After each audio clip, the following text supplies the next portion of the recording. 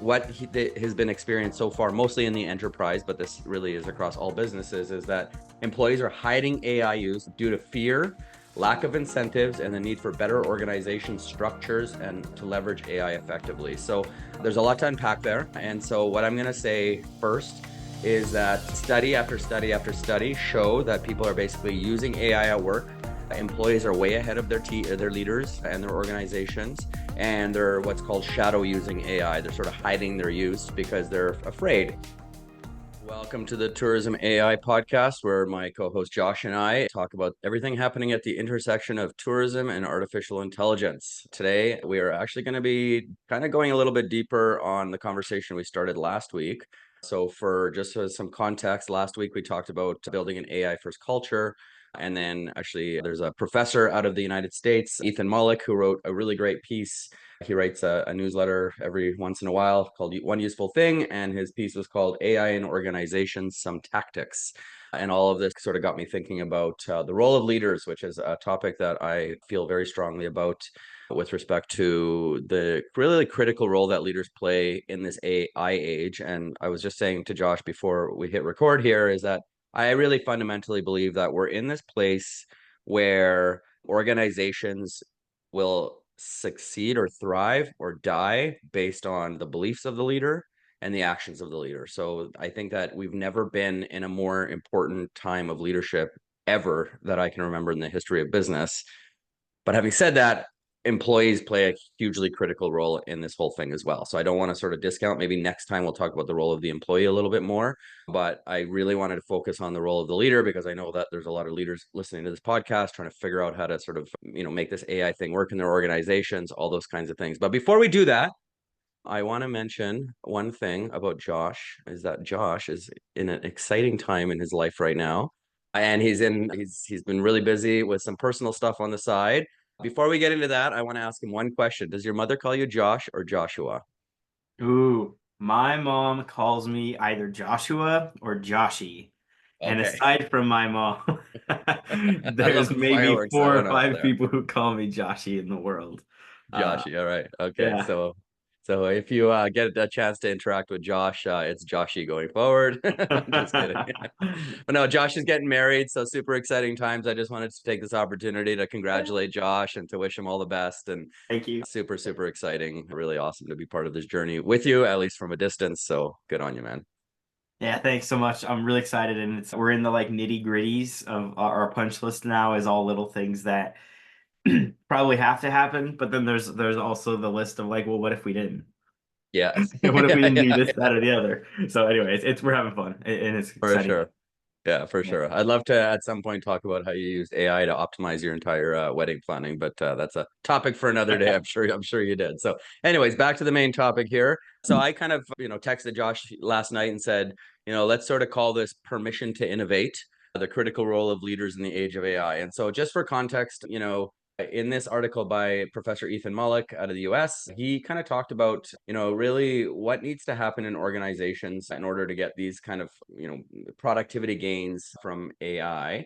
And, Ethan Mollick, I think, is probably one of the best minds to listen to and sort of pay attention to when it comes to really just thinking about AI in the organization, sort of this whole change and HR. And Josh and I are very keen on this conversation about the role of HR and sort of like people management and all this kind of stuff.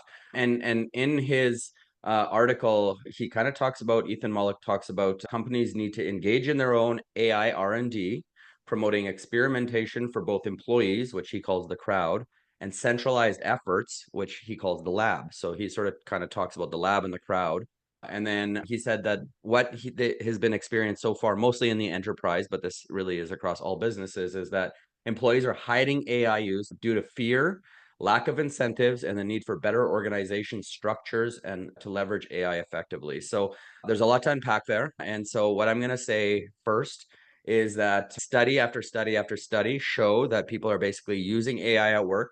Employees are way ahead of their leaders and their organizations, and they're what's called shadow using AI. They're sort of hiding their use because they're afraid. Their employees or their coworkers are noticing that, oh man, that was a great email, or oh man, we've really noticed your productivity is increased and, all this kind of stuff. And they're afraid that if they sort of tell people they used AI to get those gains, that either they're going to be sort of, thought down on, or maybe they'll lose their job, or, whatever, right? So, there's such a critical role for leaders right now to step up and lead. And so, last time when we talked about building an AI first culture, we got into a little bit the project that we're doing at my company called Project Trailblazer, where we talked about we have a vision, we have a mission, we have core values around AI adoption, we have very specific requirements around 1 hour of every day of every staff time going towards AI experimentation, that kind of thing. And quite frankly, I'm going to say, despite all of everything that we have, I feel like we're not doing even close to enough. I feel like there's so much more we need to do and more focus on this. So I wanted to maybe just pause there and ask Josh about, kind of his perception or his thoughts, what he does in his organization when it comes to sort of leading your organization and creating that permission for people to use AI. Obviously, that's what you guys do all day, every day, but Yeah. just get your insights on that. Absolutely. So yeah, in a similar way, we don't have like an official title for like what's the initiative called, because we started as an AI first business. Like the brandish beginnings were built on like we were building an AI product first, and using AI to get there, it just became a natural part of the work. So as we've hired people and onboarded, it's it's a really funny conversation in some regards. We've hired people from tech backgrounds, we've hired people from completely non-tech backgrounds, people who are like writers, consultants, developers, kind of all over the place. And one of the things that we always foot stomp in onboarding is I fully expect you to turn to AI first. And the reason is because if you're, say, a developer, like day one, we're buying you your choice of Copilot, Replit agent, Cursor. Like you tell me which AI coding and programming tool you want as your like sidekick, and we're gonna buy that or more for you. Like, and I have to explain, because some people come with this mindset of like, well, like maybe I don't need all the tools. I just need to have like just one and have to only pick one. And we've tested over the past few years having all of like as many as we can, right? Like, so everybody on our team has a pro ChatGPT account in our team profile. They have an Anthropic account. We have our own wrapper kind of tool that everybody has access to Gemini and all the tools combined. And we're always testing similar types of tools anyways to have as much input and access and just exposure to what's, where are all the models at and how are they behaving against different prompts that we always test, and that sort of thing. So we have a bit of a lab approach where we will like straight up side by side compare on a very consistent basis when new models launch. Here's our go-to tests. And then with our writers, we do a lot of ghostwriting for our clients. And one of the things that we've trained and we've developed our own kind of internal processes for is getting as much of your ideas out of your head and into an LLM as possible so that you can be a 10x writer from day one. And we've seen a lot of value from that because we're able to produce things that, like I used to, before my AI agency, I worked in marketing and, managed a bunch of, say, SEO accounts for our clients. And we'd wait for our writers to deliver like one blog a week, two blogs a week, one blog a day at best. Like best writers Right. were like one Totally. good blog a day was like a ton. And now we have systems and tools and process in place where we can pull the lever and get 1,000 good blogs for a Right. client. It's just not the same, and that's in a week, right? Like Yeah. it's just not the same. And because we've spent so much time learning about prompt engineering, we can reliably produce on-brand content that doesn't sound like AI bullshit. And like Yeah. that's like, at least for me, like I've tasted and seen. It's why we're so like when we talk to clients and try to share like how to get into this like level of productivity, it's all about testing, it's all about curiosity, but it's also about like having the blessing from leadership, like to understand like, yeah, that $20 a month you're going to spend or $30 a month you're going to spend for the team ChatGPT profile for everybody, like if someone uses it to do one productive thing throughout the month, you broke even. Yeah. And Yeah. they just aren't used to, leaders are just not used to quantifying people's time like that. Like they know what payroll costs, they know what all in cost for an employee is. If you've got Yeah. a person who's costing you $34 an hour, 1 hour of their time savings could literally be Right. one task in GPT. right? And Yeah, it's funny. So right, yesterday I was in a meeting where somebody was like, "Oh, we're just a small nonprofit and we can't afford to have everybody on a ChatGPT account." And it's like, to me, it's like immediately that's a red flag for me, because to your point, it's like it's 20, $30 a month, whatever it is, and 1 hour of a person's time savings in a month pays for that tool. right.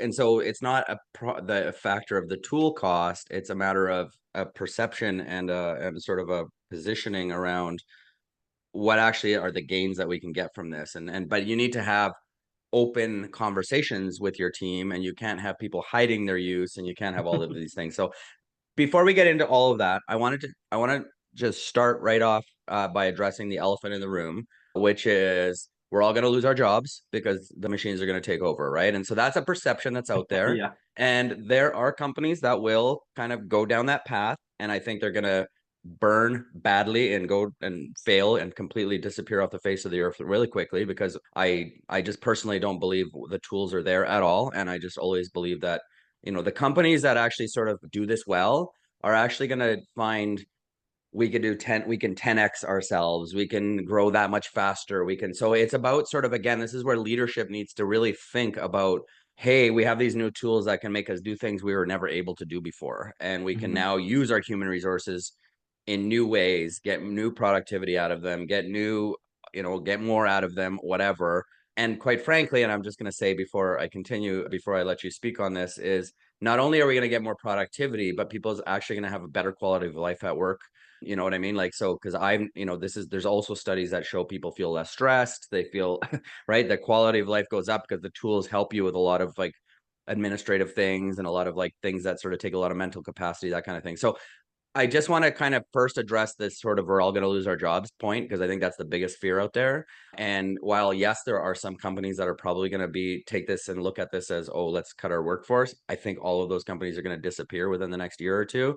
I think what we're going to see happen is companies are going to figure out how to like do so much more with the same, or even more. And we're going to have complete transformations of companies, of industries, in ways people don't even yet fully understand. So can you kind of speak to that, Josh, in terms of just like positioning from a leadership Mm. perspective to your employees? Do you think that leaders should, first of all, have definitive statements about, I will not cut jobs, or we will use these tools to become more productive and to make better use of our people? Can you give me your perspective on that? Yeah, I think in terms of leaders making statements, I think it's important that that process is super well thought out and aligned with the values that truly, not on paper, but truly are perpetuated through a company and a culture. Company and culture and mission and vision and values is all like part of this. Like some people see it as like frou HR marketing for like employer relations or like PR, like externally to like the world. But it's like really important for people to know. Like actually, one of our first agency clients came to us with a team of writers that were like super good, like world-class writers. They're doing amazing work. They have like awards, and we communicated from the very beginning through the whole project, like this is not meant to take away people's roles. This is not meant to steal the parts of your job that you love. Like the writers like are passionate about their work. They love communicating. They love their craft. And at early days, this is 2 years ago, this was really difficult still to land ideas. Like it was super difficult to have writers like just buy into the fact, even with leadership making statements, we're gonna do this. But the statements that we were making were like very kind of not tongue in cheek. They were casual. They were not like, hey, here's a message, like a memo to all people. Here's the email of us stating, here's what we're doing, here's what we're trying to explore. We're curious about this. We want your impact, your input and feedback. We want you to be part of the conversation, and here's how we're including you. We didn't actually roll out that part of the change management because we just, we weren't thinking about that at the time. We were just like kind of doing this as a lab project. And we were met with all sorts of pushback to the point where the project didn't actually launch successfully because the team boycotted. They were like, nope, sorry, not for us. We're not going to support this AI thing. And it was still early days, so early days. Like we were still in the GPT, or not even the GPT days yet. We were still in like the Da Vinci days there. So fast forward to where AI is far more capable I think it's really important for leadership to not just make, memos and have messaging. It's part of a conversation that's started, and it's going to be an ongoing conversation for the foreseeable future for every organization of how do we a leverage this to the best of our ability across the board, both in terms of our people, in terms of our processes, and the products that we use.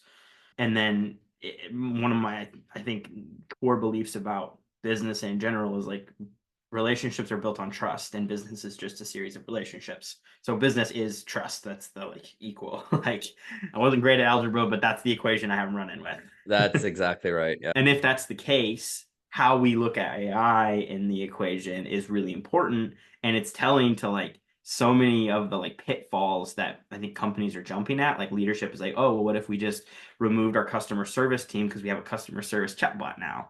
Right. And it's like, well, if you're an e-commerce brand and there was never a human touch point in the process, that's a really, really awesome opportunity. And that capability is gonna like save your offshore like cost or whatever your call center or service like team looked like. Maybe it's not the right move though, right? That's the thing that we always are asking is like, is it just because we can doesn't mean we should. And so when you look at like if business is about building trust, what are the things that we're doing with AI and are those things building trust? And you could look at that internally to like employees and their bosses and the employees' relationship to the company. Because companies that are doing the secret, like there's a whole like conversation that we hear about and that we see people doing kind of in the news of like this company just laid off this entire team, 1,200 people just got cut from the sales force. Like when we see those headlines hit, it's typically because they then went behind the curtains, did a Right. project in the lab, and then kind of went with a ta-da, now we don't need all these people.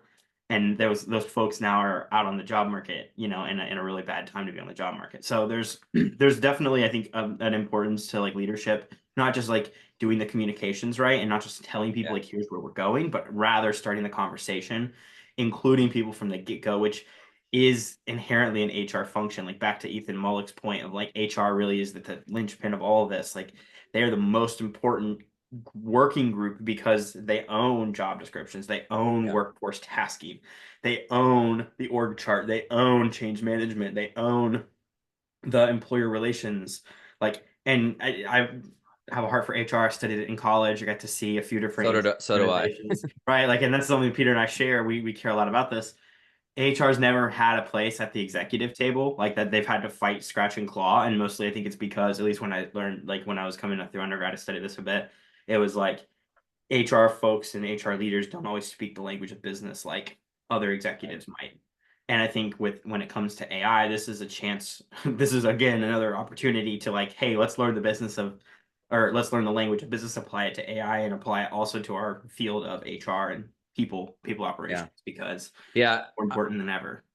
I'm going to jump in on what you're talking about there and sort of maybe bridge the gap with the word trust. So really fundamentally now the language of business and the language of HR comes down to one word, and it's never been more important for there to be real trust internally in an organization. So you talk about mission, vision, values, that can't be window dressing. So if you're spewing all this stuff about how amazing you are, but your employees don't believe it, I think you're in real trouble, honestly. Yeah, Right yeah, now, this is going to be a very painful period for you. Whereas if you live your values and you celebrate your values and your employees share and you guys are all on the same page on that, I think it's really a great opportunity for you to really sort of thrive in this environment, right? So, the companies that have trust right now, I think have a huge advantage over the companies that are just, bullshitting and treat their employees like shit and all that kind of stuff. And, I've worked for organizations like that where it's like the employer talks and everybody sits there and rah rah rah, and then behind the back is like that guy's a whatever a-hole and all yeah. this kind of stuff, right? It's terrible, right? And so like if you're in a toxic culture already, this is going to be a very very painful part for you. So I think honestly, I personally see Joshy the this see how I threw that in there. I personally see even really large organizations like falling as a result of kind of the disruption that AI is going to bring internally, and other organizations just thriving like crazy. It's going to be really interesting to watch. So everything's about to get flipped flipped upside down, I think. And so, I think to the point of what you and I have been talking about for the last few episodes right now, that employee, that strong internal culture is what's going to lift you through this whole disruptive period, right? Yeah, so I'm going to read just a couple of points here. Sort of these are recommendations from Professor Mollick's piece. Let's kind of read them one by one and talk about each one, because I've like 5 of them now. Full disclosure, this isn't directly from Ethan Mollick's piece. This is ChatGPT's summary of Ethan Mollick's piece, which was nice and clear and easy. So number 1, create clear, non-punitive AI policies that encourage experimentation. So in terms of, I'm going to just talk about, the structure that we've put in place in terms of our AI adoption framework process. We have a whole survey and then a whole sort of session with leaders, and we have a survey for employees. So the survey for employers and leaders is all around what's your AI vision, what are your AI mission, what are your AI core values, right? And sort of like, how would you define the success? So, and then from the employee side, it's what are your fears? What are your concerns? What are your hopes? What are your dreams, right? So when you bring those two things together, you can have a really robust conversation around developing policies, understanding where your employees are at and addressing concerns, all those types of things, right? So, in terms of policies that encourage experimentation, can you talk a little bit about what that might look like in an organization? Yeah, absolutely. I think experimentation, it kind of opens this, it's a great can of worms because everybody has ideas about how AI can help them individually. If you ask someone that doesn't know anything about AI, you can figure out very quickly what they would want AI to do for them if you just ask questions like, "Hey, what do you hate doing? That's really administrative. What do you dread in terms of like communications or writing? When are you moving data and information around and that's like a pain in the ass?" Like that's how you start to like uncover this conversation. But then when you talk about experimentation, like if I, as an employee working for my employer, want to use AI, I have a very, very limited amount of time and bandwidth that I'm given freely from these tools, right? If I have a free ChatGPT account, I can't use the best models. I don't get the newest features. I don't get to customize my experience with custom GPTs and accept in these sorts of things. And I think it's on employers to recognize this as a blocker and equip their team members with the tools that they need. So I think a great policy for starters, if you're just getting into this with your organization, is blessing people to request, like, hey, if you feel that a pro account is going to help you, we have this team set up, we can invite you to it.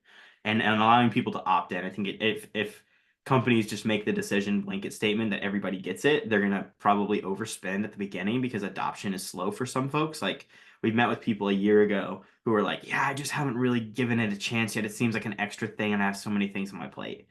And that's how a lot of people approach this, is this just one more thing and not seeing it as like this is a thing that can clear my pile of work that is extra.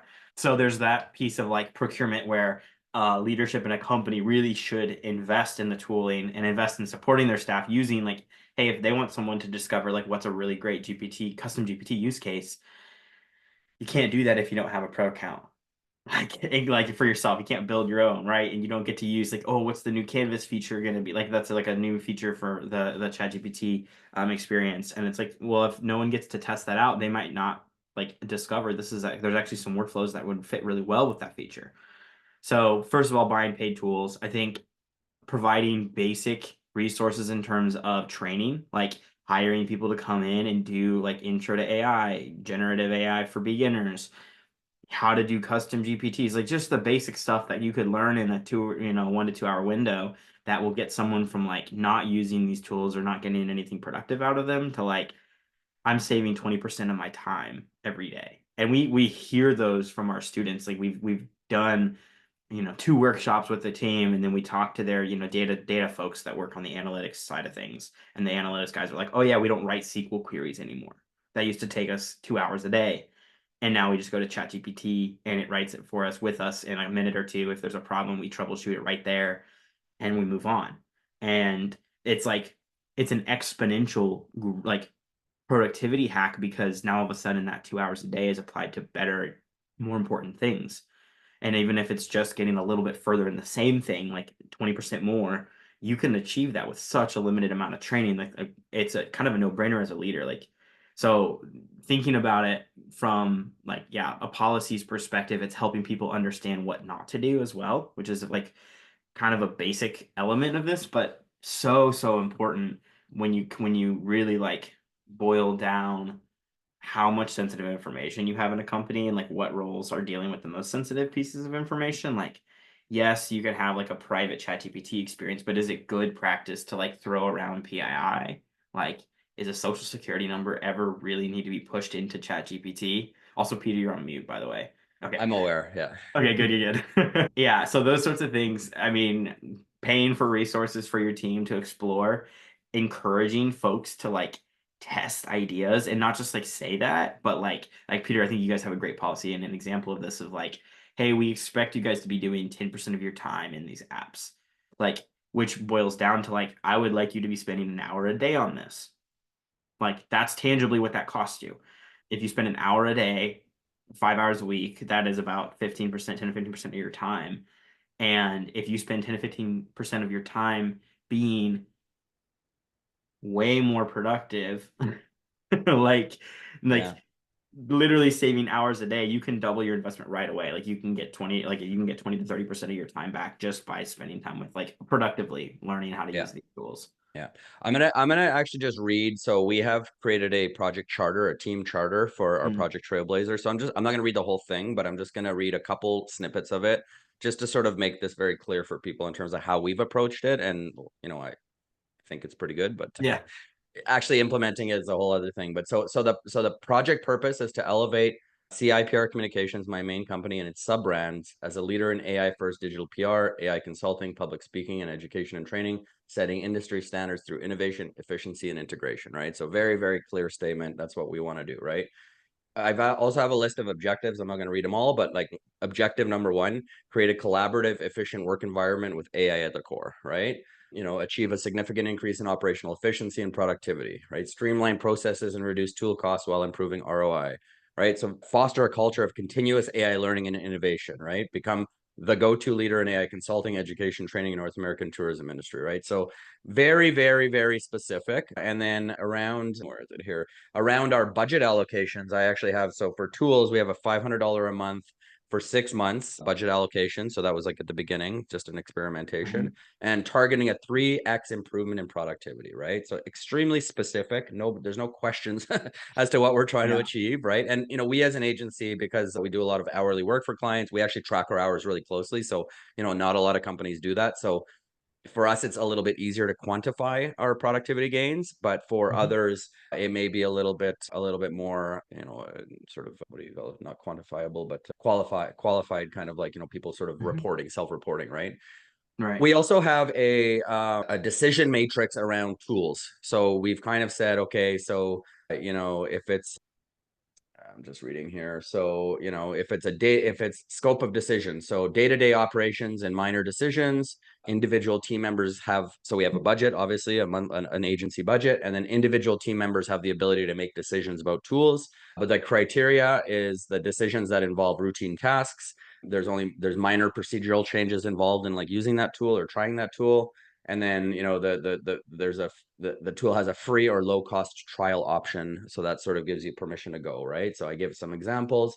And then the expectations are trial period will include persistent testing. Trial results will be communicated to team members along with recommendations. And recommendations will include SWOT analysis and estimated efficiency gains, time savings, right? So that's just like individuals' opportunity to try tools kind of thing, right? And then we have a whole kind of matrix around really strategic, high impact kind of decisions, expensive tools, investing in whole platforms, maybe, or whatever, right? So we have a kind of a whole, we've really tried to make it as clear as possible for people. And I think that's sort of how you have to think about it from an organizational standpoint, is be very, very not prescriptive, Yeah. clear, and then getting buy-in on exactly what those objectives are. So we're actually in this interesting place because we have had some staff changes. We have a few new people, and so we have a coach and a coach in our organization, and so we're actually talking to our coach. We do sort of ongoing training with our organization, and so he's like, "Okay, what's our next training session going to be about?" And I said,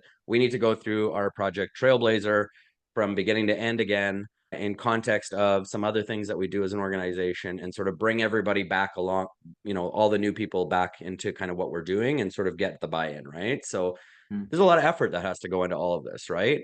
But I'm 100% committed to this. And so that's the Right. other thing, is leaders need to be committed to this and not be half in and half out, or, oh, this is not great, or I don't believe in this, or whatever. I mean, I think you've lost if you're not all in. Right. I personally think you've lost already. Everybody else will come to that conclusion at their own time, let's just say.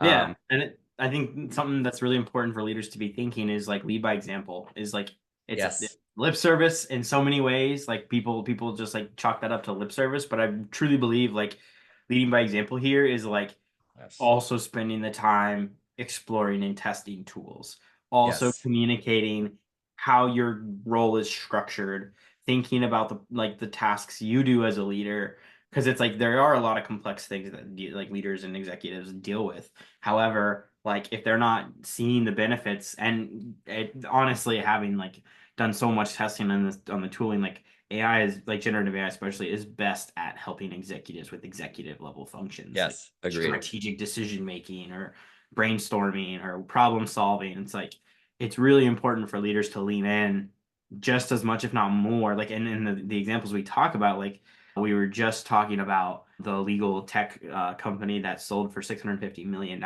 They sold like a vertical AI agent platform that helps like retrieve legal information about cases at like 100% accuracy, no hallucination. That whole initiative started with the CEO building a prototype himself. Like that's it started. Granted, he has an engineering background, but like he was tinkering with the tools and the tech available and found this amazing opportunity and was able to then align his team and help everybody shift. And they were very extreme. Within 48 hours, they decided like everybody in our company is going to become a part of this AI project. And they took 125 people, changed their jobs, like change their job description. Here's what you focus on now. And that was a collaborative process that was an overhaul, but like that was an extreme level of change. And then it helped them 6.5x their valuation to the point where they could sell for, they were only valued at, I say only, about $100 million before that. They'd been in their industry in the field for 10 years. And then the next 18 months that transpired, they 6.5x because they focused on Yeah. transformation at every level of the game. Sorry. Yeah, I think you're hitting on something here that's like, I think leaders really need to get their heads around the opportunity here, because it is freaking massive, right? And you and I know this. We're building some things to sort of try to leverage it. But it's a really, really big opportunity. And I'm going to just mention, you've just knocked off one of the recommendations here, which is ensure leadership models AI use and it promotes its adoption. So that's basically what we just talked about, right? Like leaders need to lead, they need to actually understand and use these tools themselves, because then they can be champions for and supports for their employees in terms of, right? But it's not about telling the employees how to use AI, but it's being the champions and the supporters and that type of thing, right? So Right. the other recommendation Professor Mollick has here is offer incentives like cash rewards or promotions for employees revealing AI use. And I would just suggest beyond just revealing AI use, but also like, promoting AI use, talking about it internally, all kinds of things. So, I mean, you and I have kind of talked about this a little bit, and we've made some recommendations to a few clients around, gift cards or other incentives, maybe time off. I personally, I don't remember. I'll have to look through my Project Trailblazer, but I believe that when I first talked about this, it was in context of, if we really rock at this, maybe we can only work 4 days a week, kind of thing. Like I'm that committed to it, and I want to want to work 4 days a week. So you know what I mean. It's Right. sort of self-serving a little bit, but you know what I mean. Like that's a very very incentivizing, I think, concept, right? It's like, and and again, it's like, back to this. Oh, everybody's going to lose their jobs. Well, what if AI makes us so productive that maybe we only have to work 4 days a week because we're killing it in 4 days and we don't need that extra day, right? So I think that's a pretty big incentive at the end, but not all companies, I appreciate, are going to go that far. But obviously, just get your quick perspective on sort of, rewards, AI use, all that kind of stuff. Yeah, I love the like a very like simple example is the like roll up, like communication roll up of like, hey everybody, what'd you do with AI this week? And like having like a check-in where everybody is given the opportunity because they've been equipped with the tooling, they have identified collectively, like team by team or role by role, like here are the things that we think AI can help with, and then having an incentive in place for them completing the scientific process, because that's what you described it, you and your team do. Like you go in and test something, you write your thoughts down, you measure how it went, you present back to the team, you share your findings, and that way you can continue to like flywheel productivity momentum. I think having incentives in place for people consistently doing that is huge.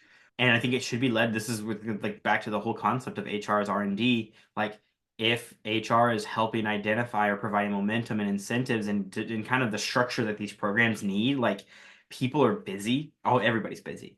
And so it sometimes feels like one more thing, but like truly, like when we ask our team every week, how did you use AI?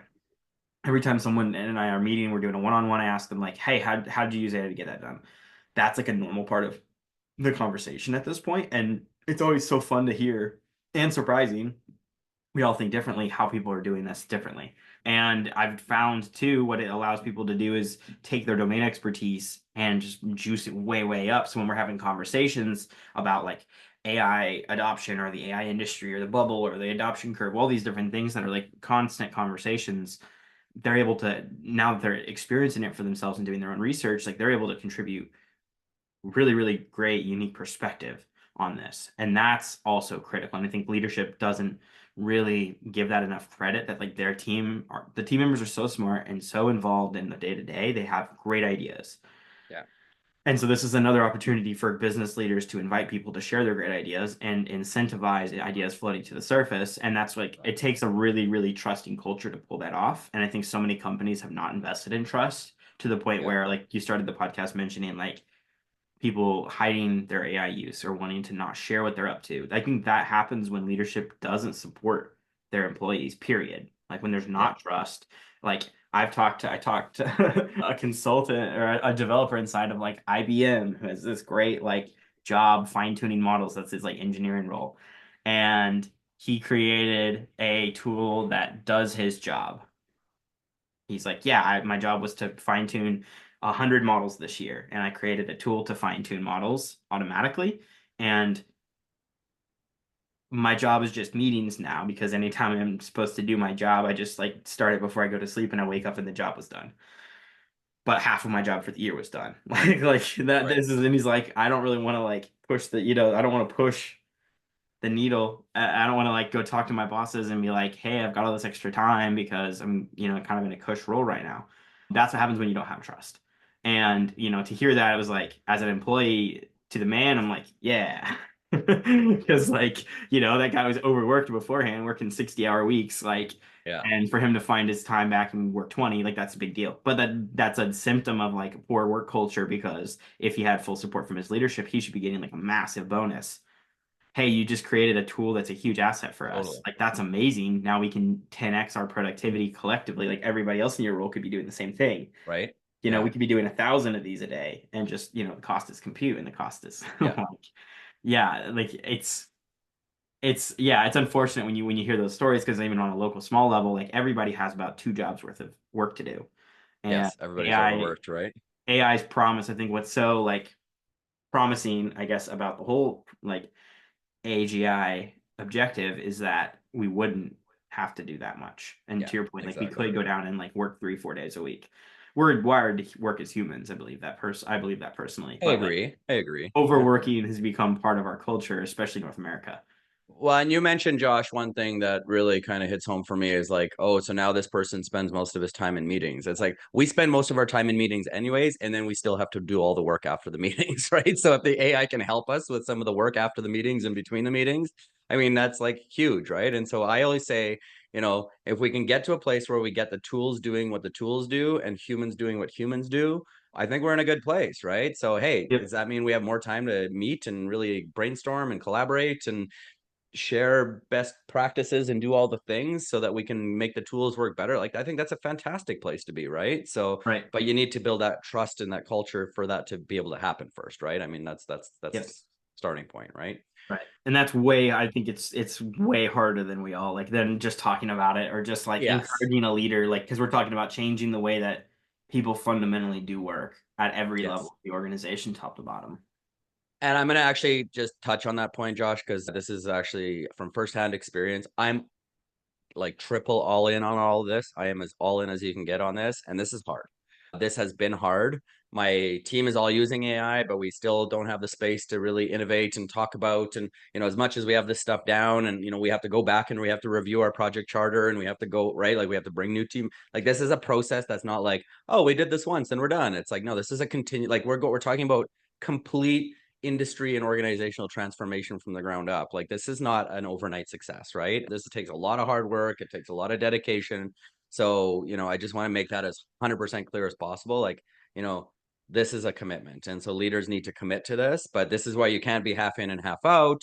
You can't just put window dressing on it. Like you have to be 100% all in order to get the benefits. And then you have to build the culture and the team and the structures and the processes and systems. So I just want to make that clear because, yeah, you're right. We can sit here and talk about it till we're blue in the face and make it sound easy, but it's not the truth. So I'm going to just quickly, just in the interest of time, there's 2 more points here. So, and we've kind of talked about these things a little bit, but so I'm going to just kind of lump these 2 together. So one is build a dedicated R&D team, the lab, to formalize and scale AI innovations. And then the other one is develop internal AI benchmarks tailored to organizational needs. And so I think these 2 things kind of fit together. I'm going to make a couple points about this and then I'll pass it off to you. But, again, it's, you got to track things, right? You got to create, sort of put things down on paper. You got to have conversations. So today is actually Thursday that we're recording this. On Thursdays, so we have a morning huddle at my company every morning for 15 minutes. Thursday is the AI moment sort of theme, right? So I'm going to share actually today, what is it called? OpenAI's new Canvas feature. And I'm going to sort of showcase that to my team and show the uses and show how to use it because I was playing around with it yesterday to teach them about that. But and that's not enough. 15 minutes a week is definitely not enough to be talking about this stuff, but at least it's something. And so I think, this dedicated R&D team is, one of the things that we encourage people to do is create like an AI council in their organizations, and if even maybe mini AI councils in departments, if their organization is big enough and justifies it. And so, those are kind of a couple ways to sort of do this. But from your experience, Josh, in terms of like building these R&D teams and benchmarks and all of these kinds of things, like, can you give some really practical sort of tips and advice on sort of how to accomplish that? Yeah, I love little, like we call them like little AI task force, the council, because you've got people who understand their organization deeply. Like we typically have some middle or higher level manager involved and not just like sponsoring the team and like nominally like being a part of it, but like heading this process up. And it creates a cool, unique opportunity for people in the organization to spend time with that person just because they're in the same space, but also working on something completely new and getting this insight from like top down, bottom up of like, hey, we have someone either from every team in the company, like you've got all the different, departments represented in one group. So you're getting kind of cross-departmental collaboration, which is really important because there's so much information silo. But then there's also like a huge level of work that needs to be done in the company to identify like use cases that are relevant and helpful, to identify what sort of data needs they have, to identify like, hey, maybe the tech stack we're using isn't cutting it. Like those are the sorts of things that the task force like in the council really should be talking through on top of their personal experiences. Like, oh, here's what ChatGPT and me did. Like you have that level, but you also have the organizational level of like, hey, well, we just finished overhauling our marketing CRM, which we replatformed and redid the website to like, wire everything up and did this huge, it's a huge initiative and now everything's going into a data lake. And it's like, oh wow, that's really nice to know because the sales team was part of that, but finance wasn't super involved. And accounting knew what was being spent but wasn't involved on their data side. So it's like you start to like identify how to knock down these silos and like pull everybody towards the same goal, which is necessary. When you have a big organization, it's really critical. And I think it's even more like impactful for small companies. Like we've seen small companies just simply approach this conversation, form a council, get everybody involved in the conversation, and then change everybody's job title and roles because they realized they could just shift and shuffle things. We had a client double their revenue after doing an exercise like that, which is like crazy to think about and amazing. But it was simply them realizing like, oh, well, if AI can do this, then I don't need to worry about that part of my job, which was 10% of my role anymore. And it was like administrative stuff that they'd rather not be doing. So they just didn't do that anymore. And another person being like, well, if you're struggling and you don't like doing this piece of work, well, we can. When you have a console you can have these conversations at scale. You can have them in, in a small business. It's really like impactful to create a momentum, and the momentum should be relayed to everybody else in the organization. That's where Momentum's people. a great word actually. So, you gotta have a starting point and then you gotta build momentum. You gotta and trust can build momentum and momentum can build trust, right? It's sort of like a feedback loop, right? Yeah, yeah, Yeah. absolutely. And Yeah. it's that social proof. Like, I think that's a huge part of the AI adoption curve, is just like people still desperately need social proof to see, like, well, what is everybody else in my job doing for Right. this? What are the other accountants up to if I'm an accountant? How are Right. marketers actually making, good marketing happen with AI and not just the BS, right? Like, that's the sort Yeah. of stuff that you get when you put people's brains together from different kind of parts of either And different. what's interesting about what you just said there, Josh, is I feel like we're in this like period of like extreme hyperbole. And so if you pay attention to not everybody, because there's a lot of people doing a lot of good stuff, but the sort of those, those I'm gonna call them the AI bros out there, just making all these videos about how amazing all everything. And yes, they're doing amazing things and this and that, but that's sort of like an individual person who geeks out on one thing or whatever, but that's not necessarily like the reality for like like Deb in the accounting department that has been doing something for 40 years a certain way. Like that's not Yeah. her reality. You know what I mean? And so like little small wins in terms of, hey, I did this one thing and it sort of helped me do this thing and it made it more efficient and more accurate. Like that's the kind of social proof. And so yes, maybe guys like you and I can sort of follow these AI bros and get some good tips and some good whatever of what they're doing. But the reality is that for most organizations, this is going to be sort of like little baby steps internally, their own Hmm. colleagues sharing, hey, I did this and it helped me here. Oh my God, I did that. Right. Like those are the Yeah. sort of the types of aha moments that we're talking about, not these like, oh, I did this one thing and it changed, my job has changed forever to, Yeah. instant kind of thing. Right. Yeah, absolutely. Yeah. All right, so this is a great conversation. I think I want to maybe conclude by saying no sugarcoating here. This is hard work. Leaders need to lead. But I think that, trust is extremely important. So if you haven't sort of built trust in your organization or you think there's trust issues, that's probably a good place to start. You really got to, I think, have an honest assessment of your organization and sort of, and again, this is where our AI adoption framework might help you because we could do a survey of your employees and a survey of your leadership and sort of bring those two together and see if there's like many gaps that need to be filled and all these types of things to help you have this in a way that's not going to threaten your organization or threaten your employees, but it's actually going to build trust and is going to build sort of good habits and things like that, right? So, unfortunately, I tell people all the time, AI is going to save us time, but it's going to cost us time first because there's just no way around it, right? This is a completely new technology, a completely new way of doing business. But to your point and some of the examples you shared, there's opportunities to like double revenue. There's opportunities to do amazing things. You know what I mean? There's the opportunities are really there. The promise is really there. So I personally think it's a worthwhile investment. That's why I'm here. And obviously you feel the same.